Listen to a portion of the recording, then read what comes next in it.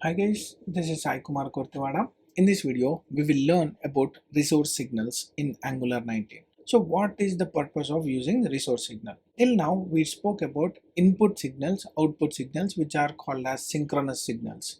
That means there is no asynchronous content which runs in that particular signals. But here we are targeted with a new signal, that is resource signal, which targets mainly asynchronous data. So whenever you want to use an asynchronous data, then you can use resource signals. So here we'll try to understand with an example, but still make sure it is in developer preview, and in 2025 it could be in stable release. But now let's understand what this resource signals is providing for us. So let me quickly jump into Visual Studio Code. Here, whenever you want to create a resource signal, you can use a resource function which is provided by Angular. So let me use something like to-dos and resource is equal to I'll use something called as a resource, which is from Angular core, and this will provide you some set of options. First set of option is loader. So whenever I want to call an API, I can use this loader. So this will have some set of options again, but as of now I don't want any options. So let me use something like fetch of, I'll get some URL and use it. So let me go into placeholder, I'll use this to-dos API. So let me paste here, and as you know, this fetch will return you a promise with some set of response which is not a complete response body. So I'll use a response.json which will give you complete body in a promise based approach. Save this. Now you got this to-dos resource.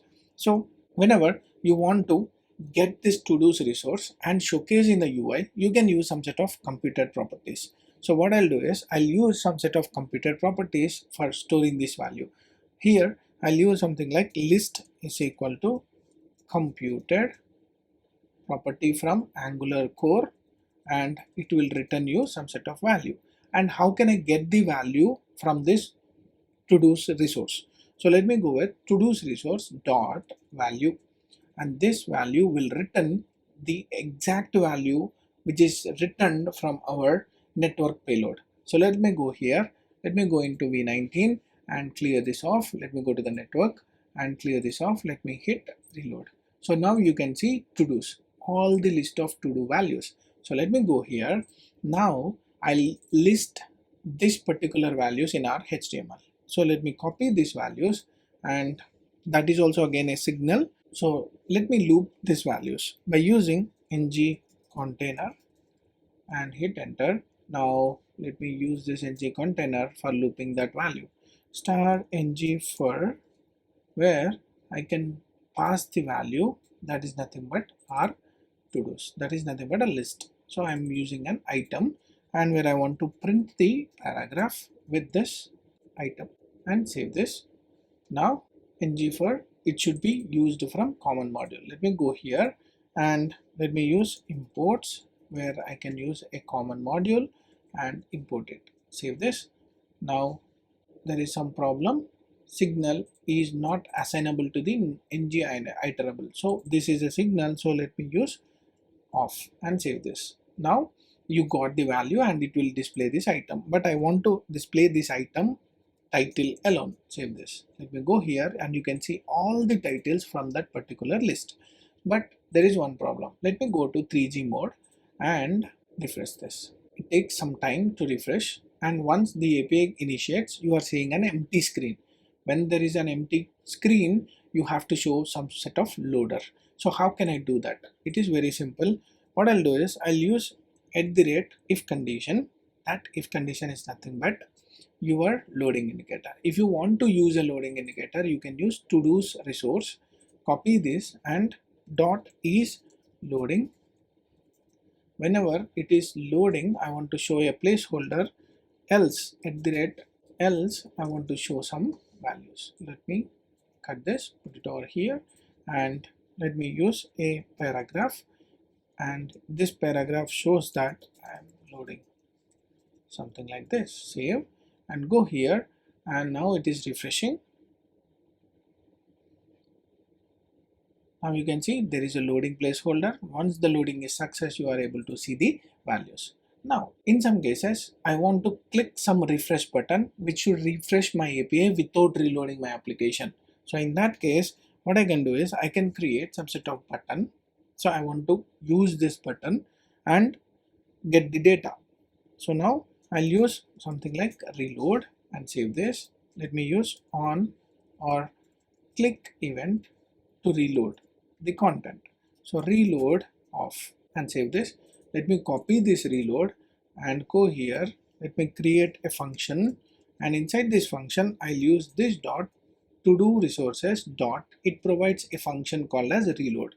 So it refreshes with the previous state of that API. So let me go here, and you are seeing reload does not exist, but it's taking time. Yeah. So now we got the data, and you are able to see hundreds of values, and in the last you will be seeing an reload. So instead of doing that, what I'll do is I'll make this as no throttling first, and let me go to HTML. I'll move this button to the top level so that it is easy to click that button. So now we got all 200 records.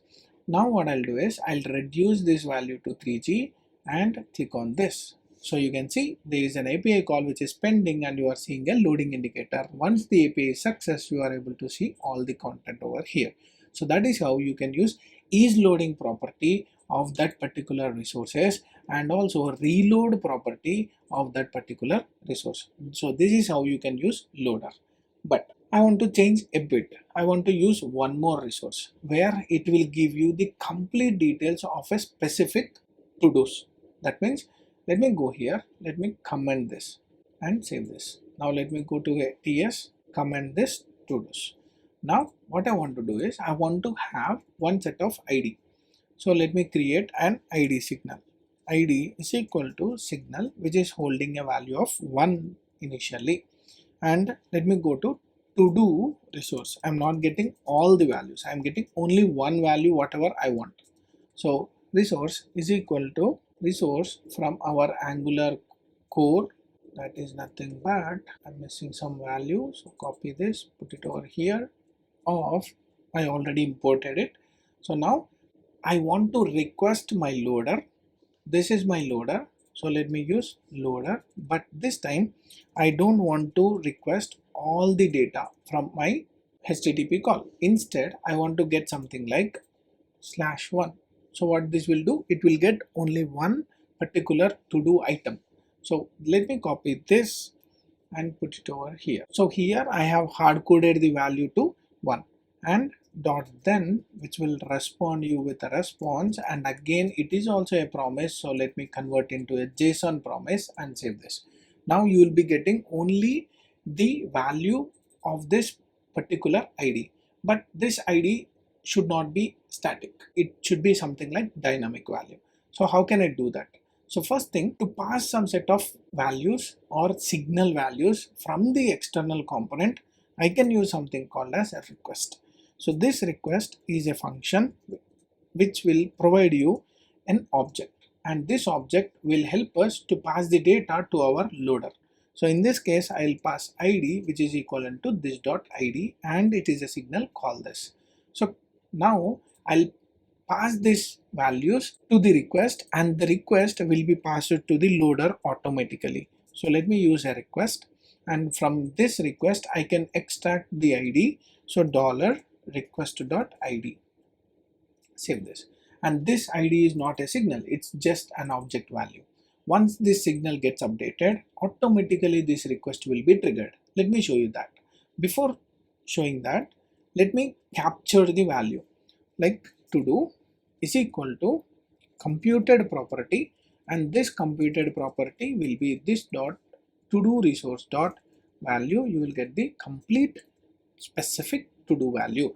So save this. Now this to do value I'll try to show in the UI, but in the UI I can't show the object directly.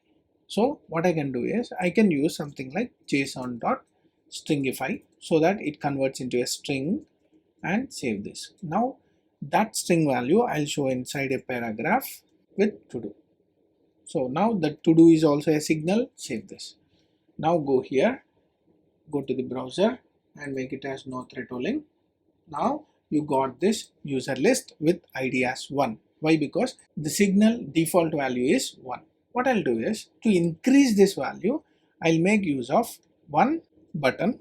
That button is nothing but next, and I'll use something like click event, and this click event is nothing but next method. Save this, copy this, and go to your HTML, go to your TS, paste this next, and what this next should do, it should update the signal value with +1.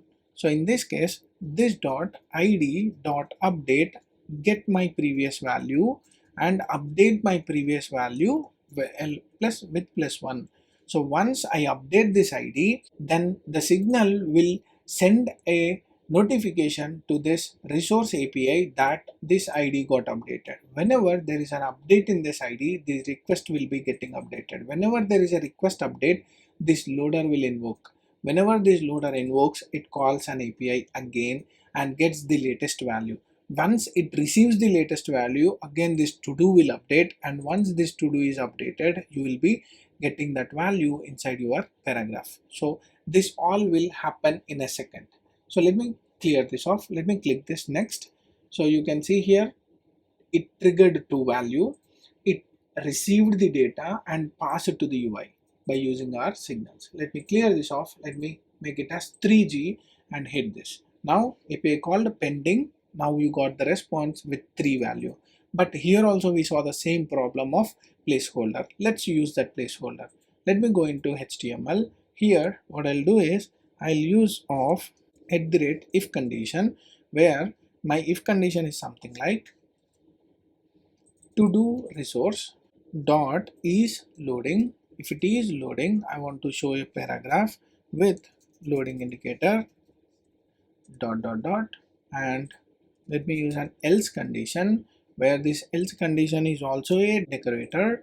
Now I'll use this to do inside this else condition and save this, and let me save this again. So let me check what is the problem. Is loading is a problem because it's a signal, so we have to call this. Let me save this and go here. Now it takes time because we are in 3G. Let me go into no thread tolling. Okay, so first one API call triggered, and now let me go into 3G. Let me click on next. You can see a loading indicator. Once you receive the response, you can see the value over here. So that is how you can pass the request to a specific API, or if you want to pass the values, you can pass that to a specific API by using your request object. So that's how your resource will work in our Angular 19. And I'm saying one more time, it is still in developer preview. Maybe there could be some more improvements on this in the further releases, and also we can expect a stable version by 2025.